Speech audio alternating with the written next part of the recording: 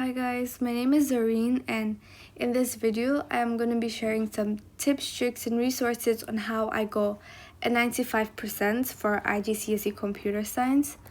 So IG Computer Science is split into two papers, and I feel like paper 1 is solely memorization based and paper 2 is solely application based. But we're going to get into that later. What I want to tell you about my experience is how important it is to never leave revision for the last minute, because for both my CS papers I was kind of disadvantaged, because for paper 1 I had it on the same day as I had my literature paper 1, and we're like back to back. And for paper 2 I kind of got sick before it, so you actually don't know what might go wrong. So we should try our best to have your revision done as early as possible.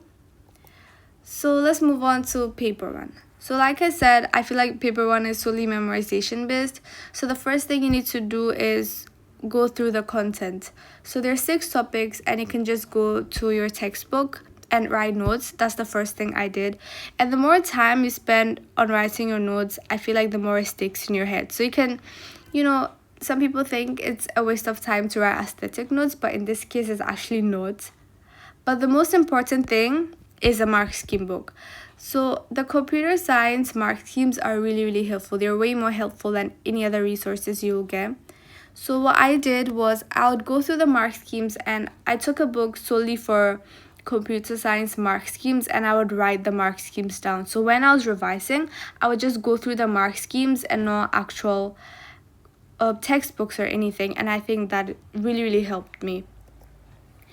But for paper 2, which is solely application, memorization isn't going to do much, and they're just 4 topics, but the questions are not like paper 1. The questions are very application based.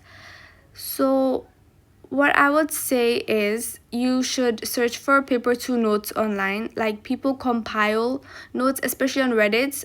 There's Google Drives with a lot of good notes that if you read, it's very self-explanatory.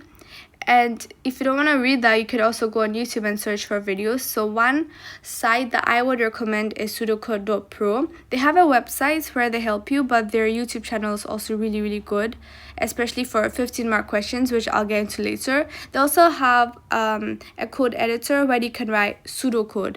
So if you don't know what pseudocode is yet, pseudocode is basically a base kind of code which you can alter to make it into Python or anything.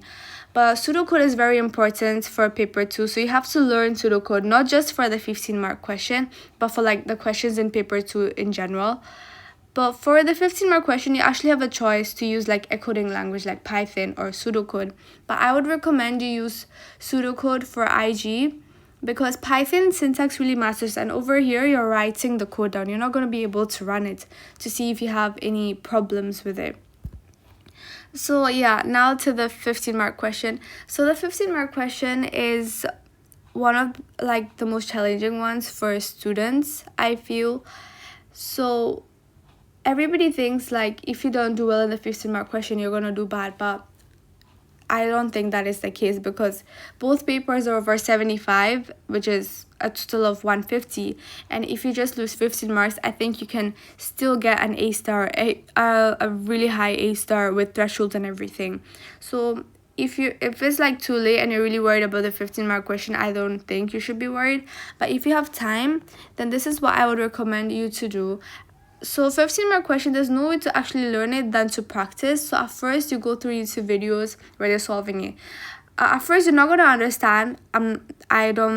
That's what happened to me. At first I wasn't really understanding what was going on, but as I kept going, as I kept watching the videos, and I kept I would watch the video and then I would try to do it on my own without any help, and then I would repeat that. And this is they changed the syllabus ever since 2023, so there's actually not a huge amount of past papers. So if you do every single 15-mark question, I think you'll be extremely ready for your exams. So yeah, that is a really quick summary. I wanted to make this video really short. So thank you so much for watching, and I hope you ace your computer science exam.